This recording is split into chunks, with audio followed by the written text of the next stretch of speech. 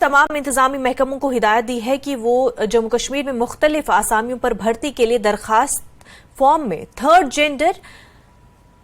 یعنی third category کی علیحدہ زمرہ کو شامل کرنے کے لیے متعلقہ امتحان اور سروس کے قواعد میں ترمیم کریں۔ Transgender person protection of rights act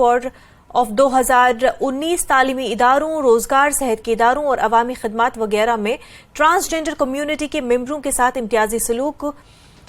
اور غیر منصفانہ سلوک کی ممانعت کرتا ہے۔ یہ ایکٹ حکومت کے لیے یہ فرض کرتا ہے کہ وہ خواجہ سراؤں کی مکمل اور مؤثر شرکت معاشرے میں ان کی شمولیت حکومت کی طرف سے وضع کر دے، فلاحی اسکیموں تک ان کی رسائی کو آسانی سے کیا جائے اور ان کے روزگار سے متعلقہ معاملات میں امتیازی سلوک کو روکنے کے لیے مناسب اقدامات کرے۔